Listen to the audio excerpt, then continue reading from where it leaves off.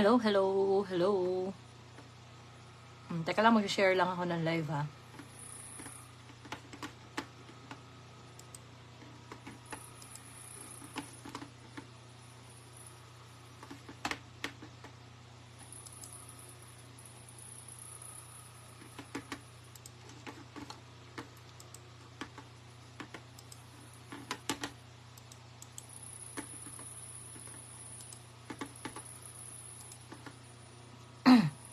Hi, Uncle Ayan. Hello, hello.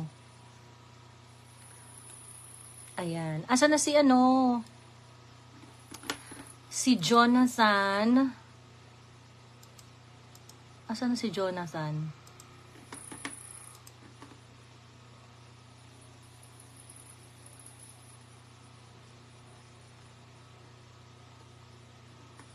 Jonathan Ranyola. Asan ka na, Jonathan Ranyola? Bilis, ang dami niyang tanong sa confidential fund eh. Bakit daw natin dinedefend ang confidential fund? Bakit daw dinedefend ang confidential fund? Corrupt daw yun. Corruption daw ang confidential fund. Gusto ko siyang maintindihan. Okay, ibig sabihin niya doon.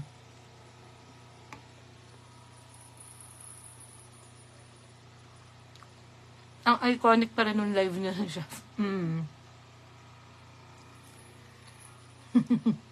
Oo.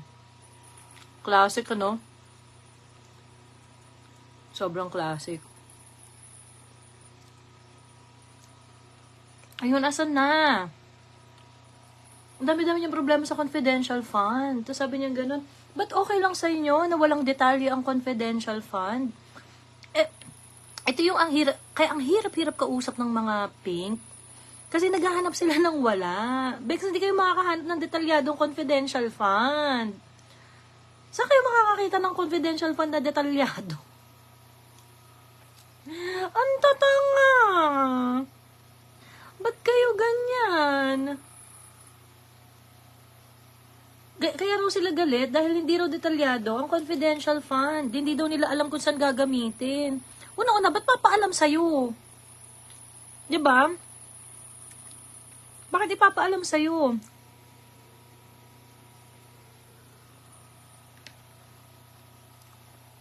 Sana ma-upload mo din ito sa YouTube. Miss Mariel, yes. Upload ko sa YouTube din. Dito ako nag-live kasi gusto mo makausap tong si Jonathan. Gusto ko makausap si Jonathan Ranyola.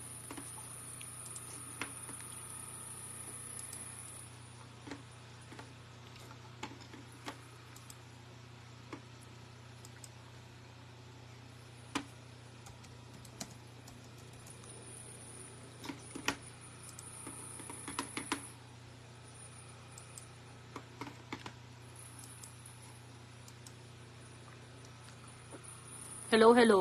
Pa-pack up na yun. Okay, pack up. Pack up na po. Ayun na yung keyword.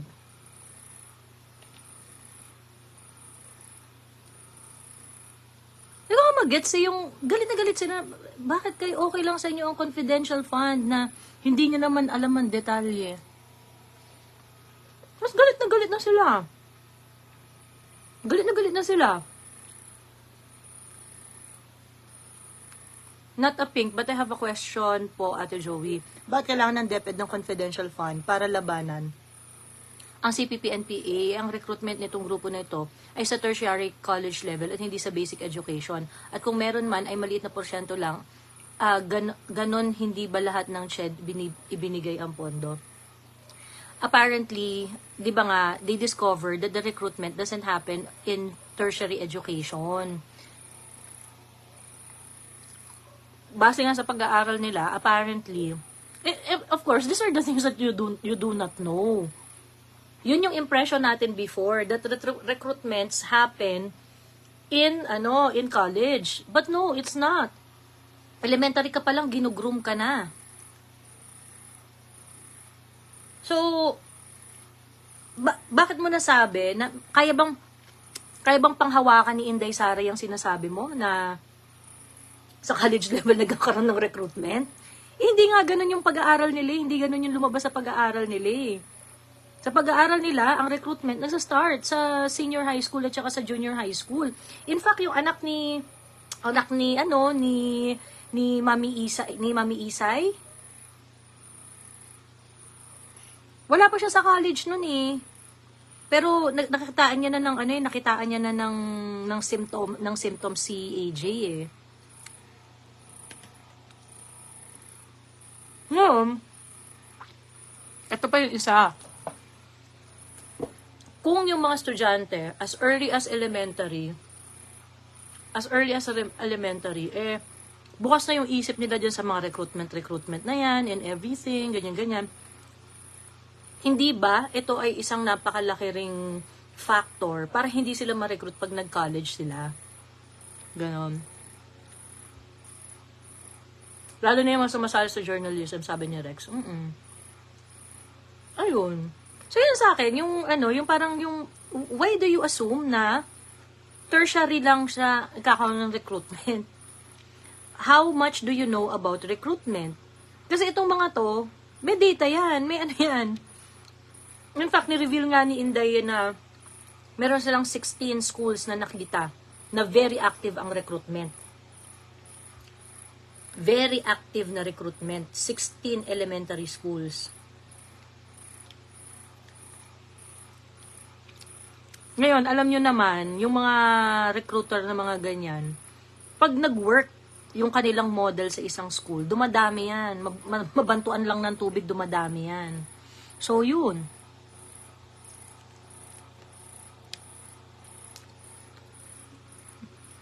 Ngayon, tatanong kasi nila, hello, Dan Kevin, hello. Tinatanong kasi nila, parang,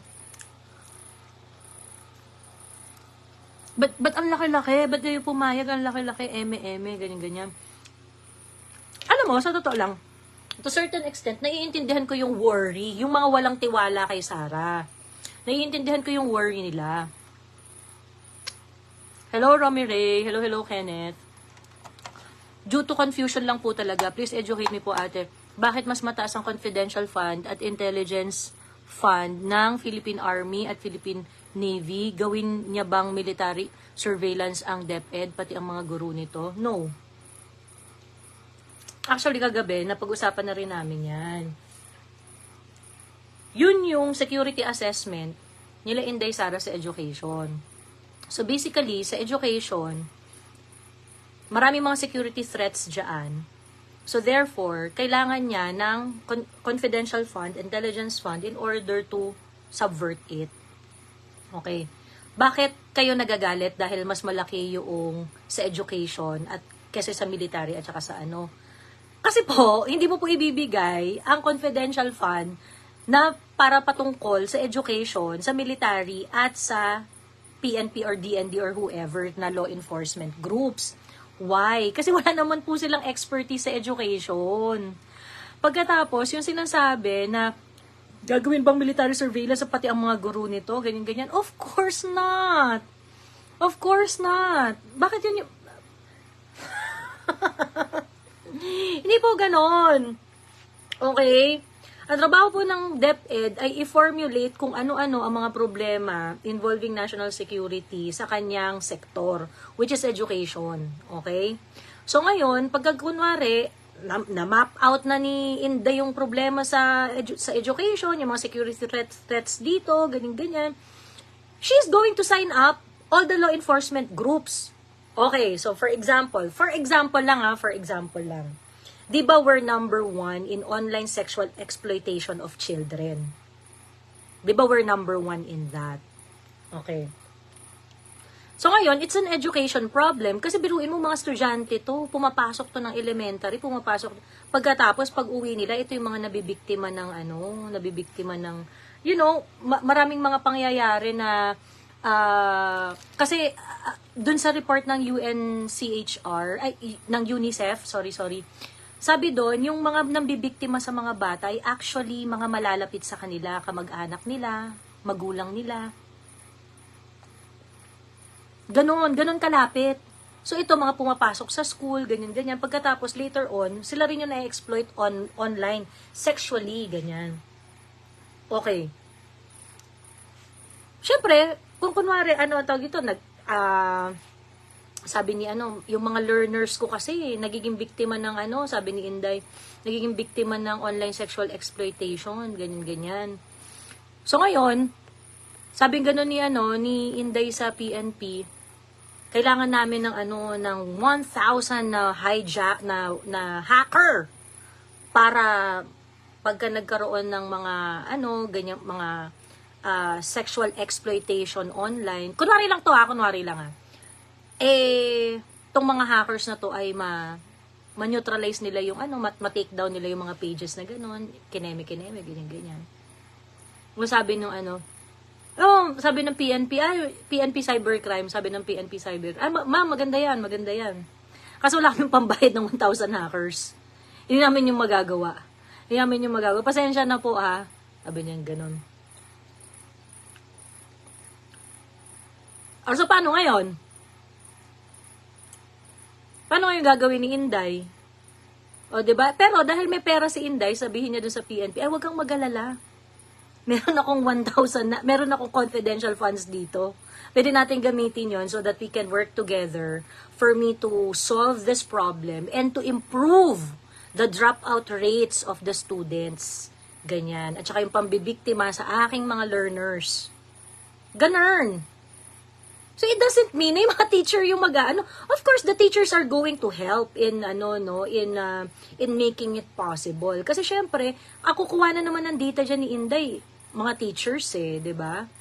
Ang Department of Education Secretary, like for example, bakit actually nakakita na ako ng data nito in the past Yung sexual online exploitation, mataas yung percentage na. Yung mga yung mga nanggagancho na mangjojowa ng Amerikano, tapos paiibigin, tapos manghihingi ng pera, yung ganon, manghihingi ng pera na marami, ganyan. Tapos yung manluloko ng manluloko. Pagkatapos, yung mga tipong, hindi magjowa na sila, ganon. Tapos nagpakitaan na sila ng birdie, nagpakitaan na sila ng mga nude photos, ganon. Tapos yung Pinay, biglang manghuhut-hut, ganyan. Merong mga ganon yung Pilipino naman yung talagang kriminal dun sa ganong situation. Ayan. Actually, marami nun sa Pampanga area. Apparently, yun yung mataas na incident na gano'n.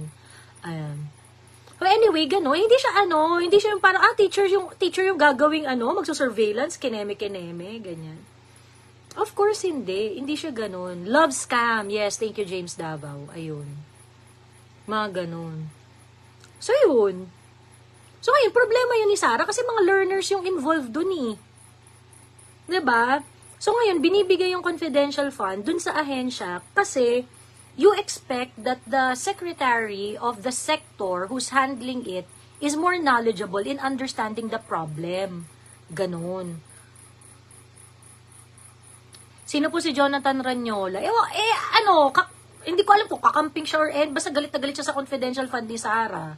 Gusto ko maintindihan kung ba't siya galit na galit sa confidential fund ni Sarah. Sabi niya, bakit daw pinagtatanggol ang confidential fund? Corruption daw yun. Kailan pa naging corruption? Kung titingnan mo yung General Appropriations Act, yung Senate meron rin siyang confidential fund, yung Congress meron rin siyang confidential fund, yung President meron, yung Vice President meron, yung mga agencies na iba meron din. Diba? Nakarinig lang ng confidential fund, corruption agad. Diyos me. Okay, so anyway, yun nga yung sinasabi ko. Naiintindihan ko na parang kinakabahan kayo dun sa funds kasi nga, ang laki. At hindi kayo sanay na makakita ng confidential fund na malaki. Okay? Yung confidential fund naman kasi, it's really a matter of trust. It's really a matter of trust. Kahit mag-request si Inday ng 1 trilyong confidential fund, or kahit mag-request si Inday ng pisong confidential fund, hindi niya makukuha yon kung hindi i-approve ng Kongreso. Okay? Ngayon, yung for 2022 na confidential fund na iniiyak nila, hindi yun makukuha ni Inday Sara, kundi yun inalaw ng presidente.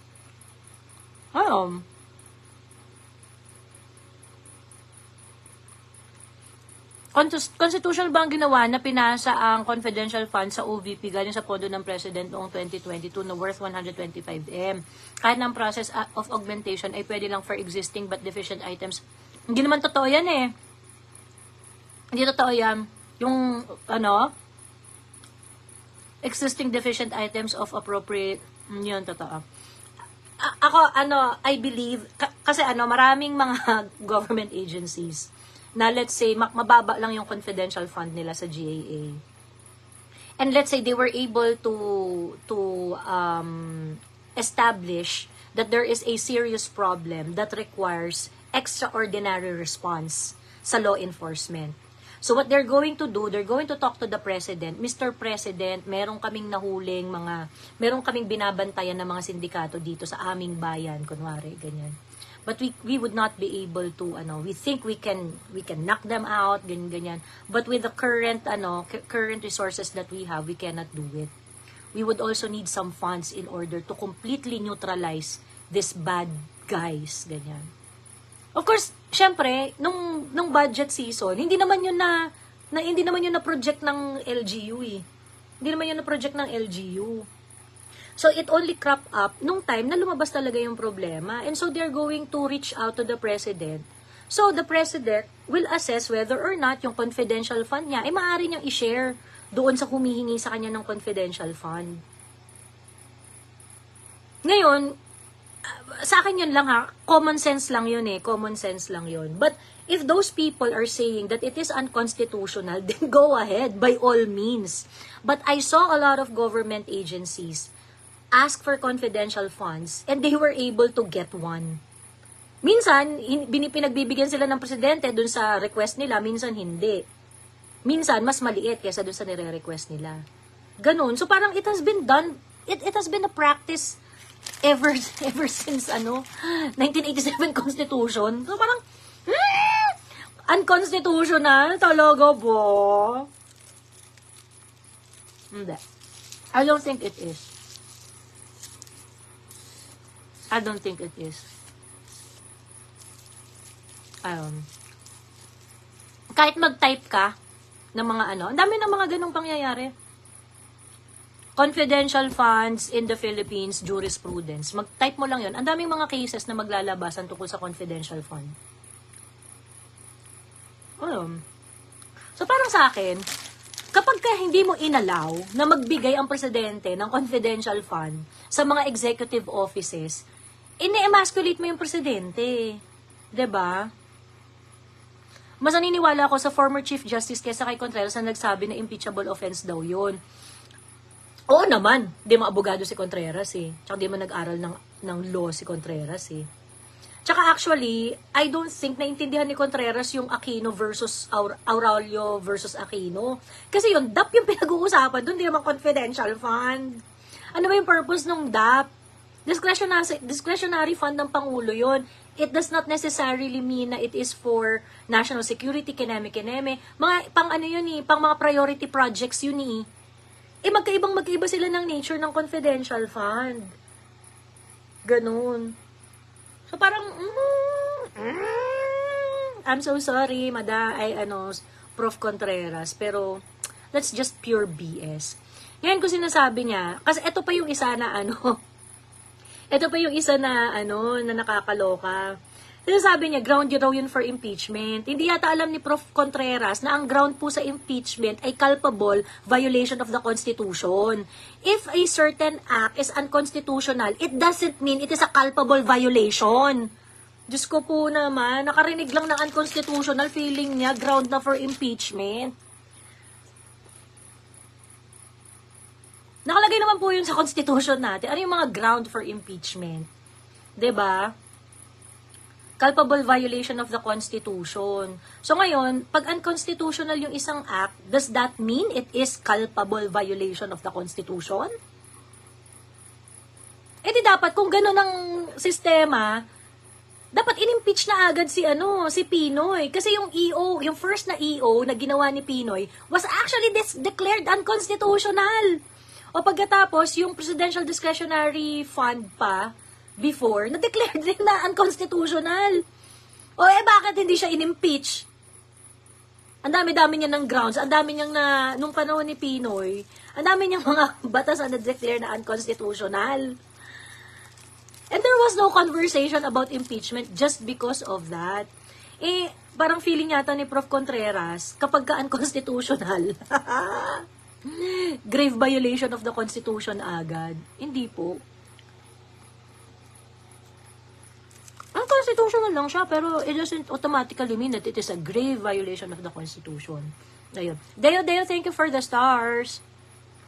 Ayun. Sana kumakain ako Ayun. Yung mga question, kasi sa totoo lang, kaya lumalakas yung loob nila, na parang, okay lang sa inyo, walang transparency, walang ganyan. Kasi sa totoo lang, hindi naman talaga, transparent siya, yung confidential fund, transparent siya, but not in the same manner na transparent na katulad ng ibang line item sa budget. Ganon. Transparent siya in a sense na merong procedure on how to audit it. Diba? Merong process on how to audit it. Ngayon, kapag inaudit mo siya, kasi meron lang namang mga pinagre-reportan nun Senate President, House Speaker, President, at saka COA. Ganon.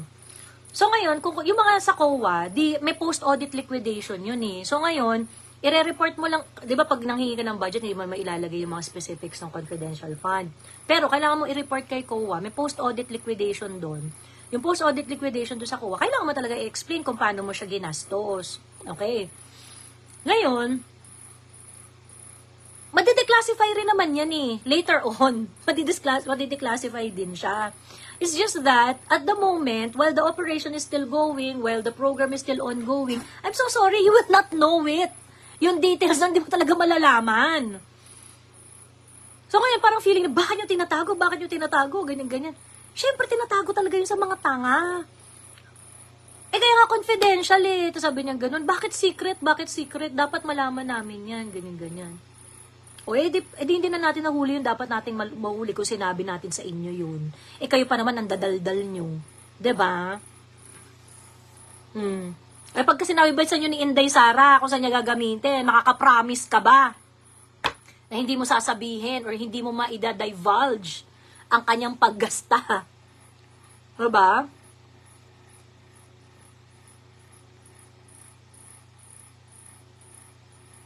Pwede rin naman.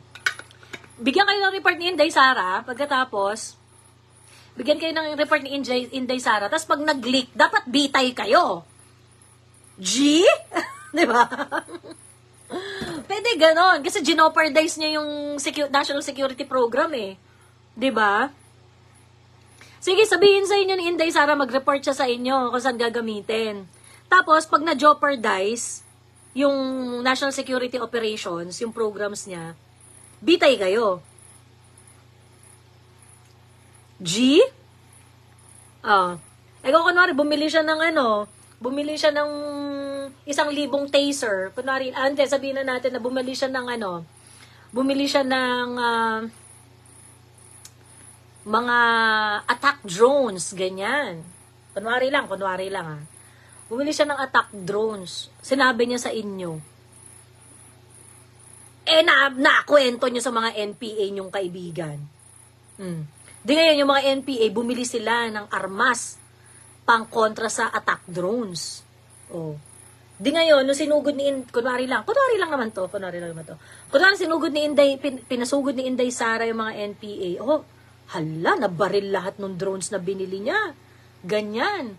Nabaril na-shoot down yung mga drones na pinagbibili niya. At na-find out later on na sila ay nakapaghanda. Ikaw lang naman ang sinabihan ni Inday Sara noon. Nabibili siya. Diba? Ikaw lang ang private citizen na sinabihan ni Inday Sara, nabibili siya ng drone.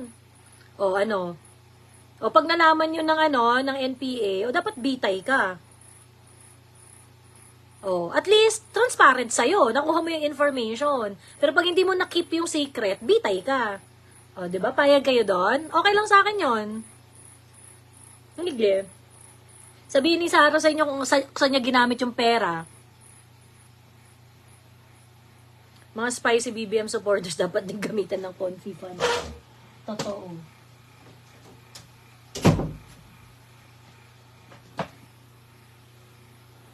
Ayun. Hindi ko mag-gets. Bakit yung hinihingi na kailangan dapat alam nyo? entitled dun. Hindi kayo entitled dun. Kasi, yung paggasta ng mga executive office, ng confidential funds nila, part yun ng inherent power nila. Ganon. Ngayon, naiintindihan ko, kinakabahan kayo. Kasi talaga matter of trust naman talaga yung confidential fund na yan eh. Sabi ko nga kanina, kung maghihingi si Inday Sara ng 1 trilyong piso at inapprove ng Kongreso, anong gagawin natin? Ngayon, kahit piso lang ang hingi ni Inday Sara, kung ayaw ng Kongreso, hindi rin siya magkakaroon ng confidential funds. So that is why, hindi ko maintindihan, bakit kay Sara kayo galit? Bakit hindi kayo magalit sa mga Kongreso?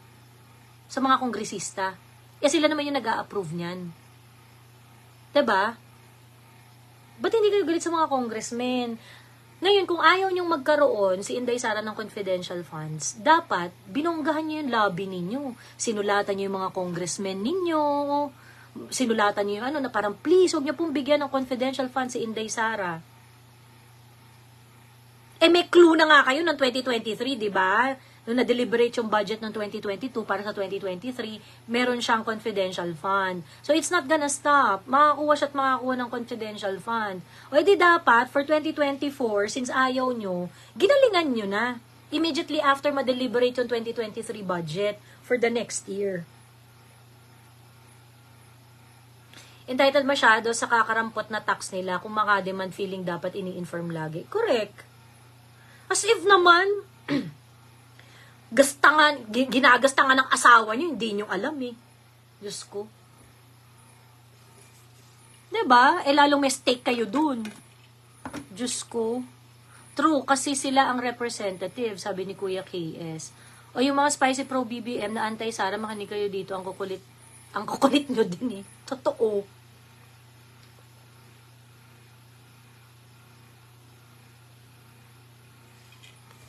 Ayun.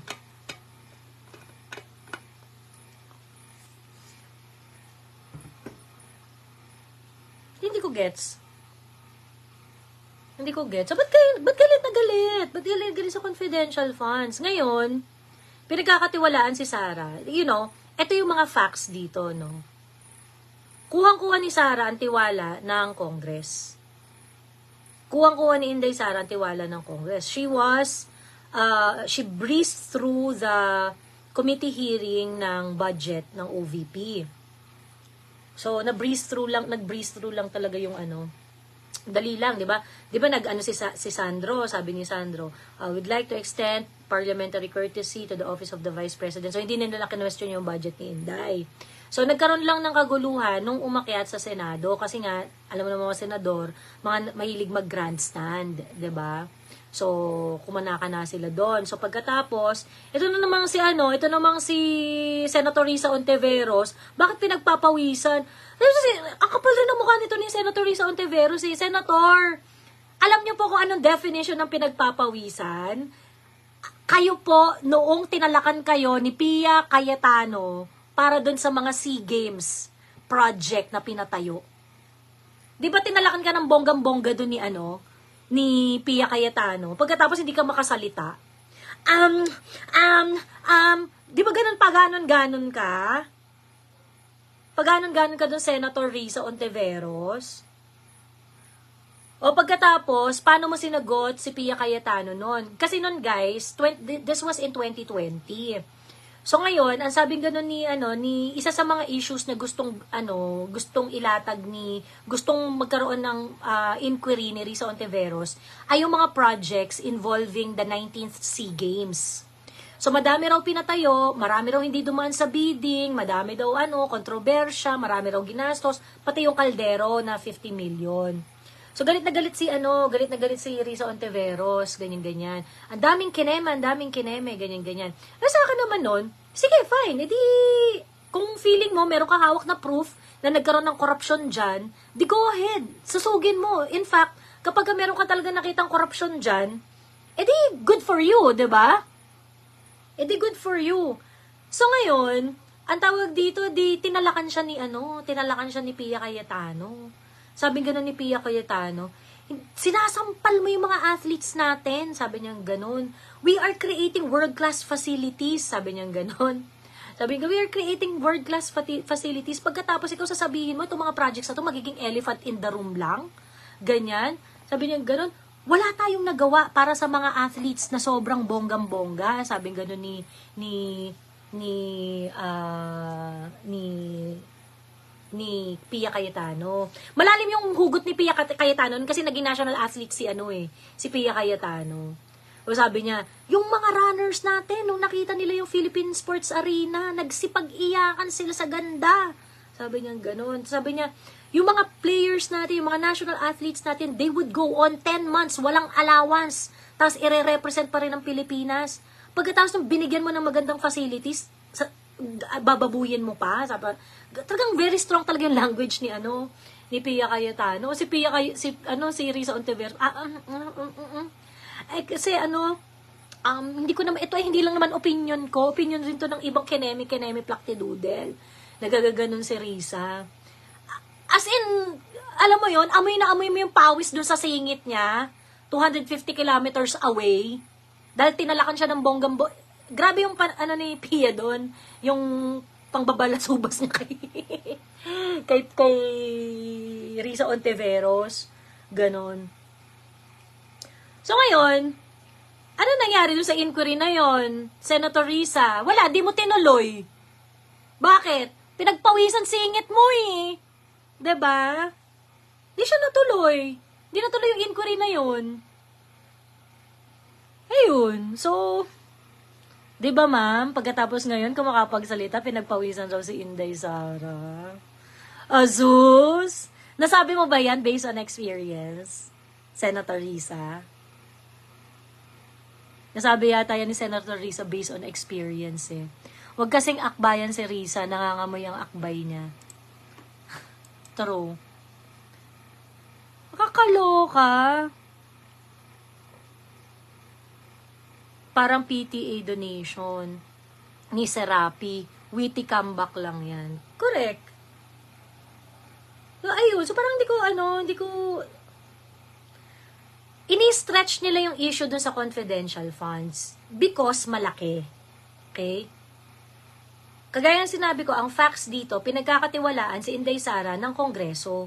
So that's why she was able to get such funds. 'Di ba? Pwede namang manghingi si Leni Robredo nun ba't hindi siya nanghingi? Kasi alam niya hindi siya makakakuha ng enough na boto. 'Di ba? Hindi siya makakuha ng enough na boto. Ngayon, si Inday Sara, dahil sa very strong executive background niya, at yung kanyang strong executive performance din in the past, di ba nanguhuli ng terorista yan eh. I think that helped in her getting confidential funds, di ba? So yun. Ayun lang. So asa na itong mga sinumpang galunggong na galit na ine-equate ang confidential funds sa corruption? O dapat, lahat ng merong confidential funds na government agency, dapat akusahan mo rin ng korupsyon. Nakakagain siya ng sympathy sa Gen Zs. Si Risa ba yan? Si Risa Ontiveros. Kasi nga ang woke nung mga nagpo-promote si Risa ng wokeness eh. Grabe ang effort ng mga anti-government at pinklawan. To the max ang pananira talaga kay VP. Oo, alam mo yung mga pinagtatawanan lang namin na content creator sa TikTok. Grabe, na sila. Grabe yung engagement nila ngayon. As in, sobrang bonggang-bongga. Ganon. Gen Z ako, pero di ako woke. Iyo, sabi ni Jim. Jonathan. Oo nga eh. Asan na to si Jonathan?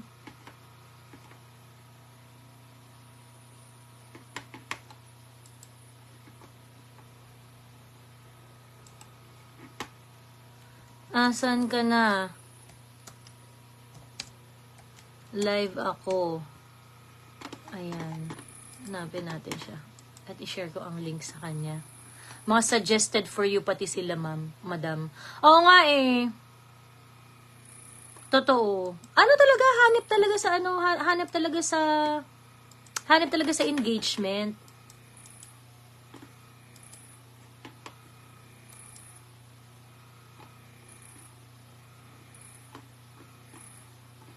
Ayan, at ganito yung mga comment ni Jonathan, no? Sinabi na nga ng 2 Senate President na illegal ang pag-transfer ng fund, tapos sasabihin mo, okay lang. Bakit mas naging intelligent ka sa 2 former Senate President? Special ka po, matalino ang special. Diyos me, kahit 100 senador pa ang magsabi nun. Hindi sila, hindi desisyon nila ang magpe-prevail. Okay? Magmamatter lang yan kung korte na ang nagsabi. Yung opinion nila, opinion lang nila yun. Kahit 100 senador pa ang magsabi. Yung mga ganito kasi, ganito yung mga ganito yung mga mahilig gumamit ng mga credentials.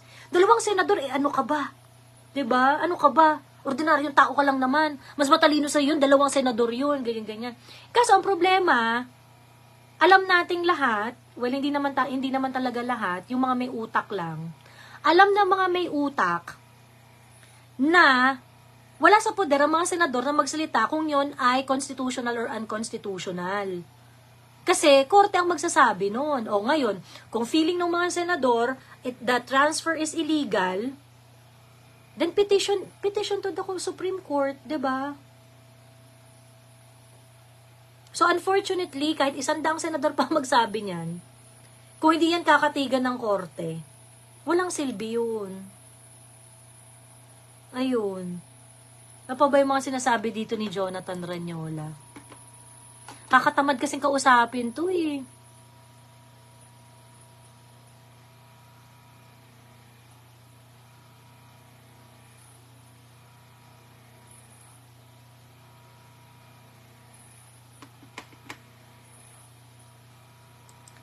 Then you are justifying it. Ikaw ha, mabuhay. Justifying what?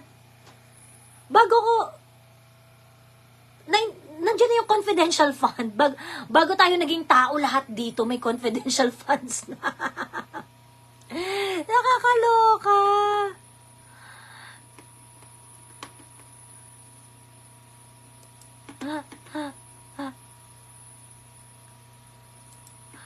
Ang tanga-tanga. Parang mas magaling ang encoder kesa sa interpreter. Ubus na popcorn ko, tulog time na. Oo nga yan, tagal naman ito ni Jonathan Ranyola. Diyos me. Ano ba yan? Alam mo yung sobrang bobo nung comment. Parang, talaga bang kailangan, pero kasi kailangan mong replyan eh. Kailangan mong i-address. Kasi ganito talaga yung arguments nila. Tapos, I'm pretty sure, baka bata lang to eh. Kung may concrete evidence sila, file a petition or case agad. Kaso alam nila na lot-lot evidence nila. So, media blitz na lang. Sabi ni Christian Gerard. Actually, yun lang naman talaga yung intention eh. Kasi sa totoo lang, that's the high time para itumba nila si Inday Sara. But of course, Inday Sara is not stupid.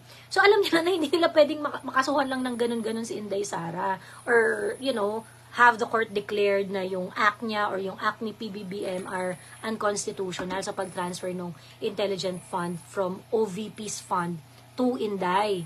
Ganon. They are hoping nakakagat siya.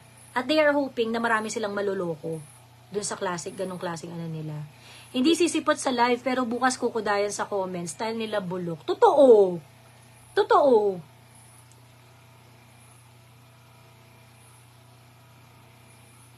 Ganyan rin yung mga spicy BBM supporters eh. Mga sa comment section, pero pag niyaya mo naman ng live, Diyos me, laging may dahilan. Di na pwede mabait ngayon, villain era na dapat tapatan pagkabalahura nila. Sabi ni Christian Gerard. Actually, sa totoo lang, kailangan mo talagang sagutin. Kasi, otherwise, ito yung feeling nila, yung mass reporting na ginagawa nung main pop girls, na ngayon ay long live volunteers. 'Di ba? Report sila ng report. Successful sila sa TikTok eh. Ang dami nilang naburang account dun eh, kaka-mass report nila. Yung meron talaga silang schedule na, mag-report tayo, ito yung mga accounts, i-report to, ganyan-ganyan. Report sila ng report. So ngayon, ang tawag dito, Sino to si Deki?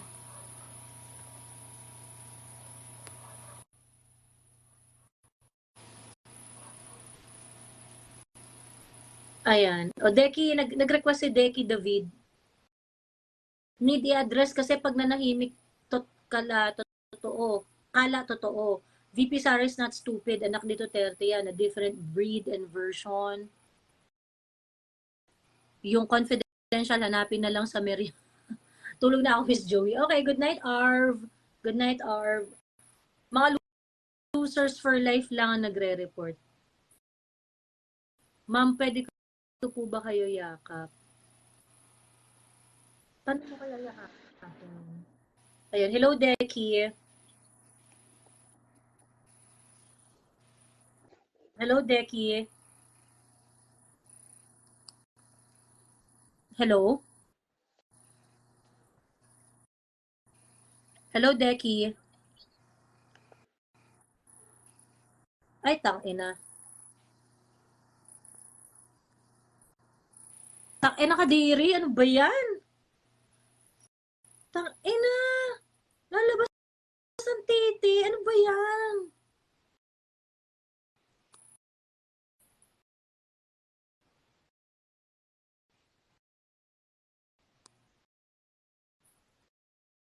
Gago, ano yun? Ewan ko dun. Parang, kailangan ko yatang burahin yun, ano? Otherwise, baka maban ako. Naku, marereport yung live. Oo nga. Ang liit, tapos ang itim. Correct. Ba't ang liit? Ang liit! Hmm. Ayan. Yan, mga ano yan eh. Ang tawag dito, ang pangalan nito, yung mga ganong klaseng mass report natin yun, guys. Ay, kikiam. Oo, kikiam. Nagpakita siya ng kikiam niya. Lagyan mo ng name kung sino. Hindi, binlock ko eh. Relive na, madam. Sige, magre-relive ako. Magre-relive ako.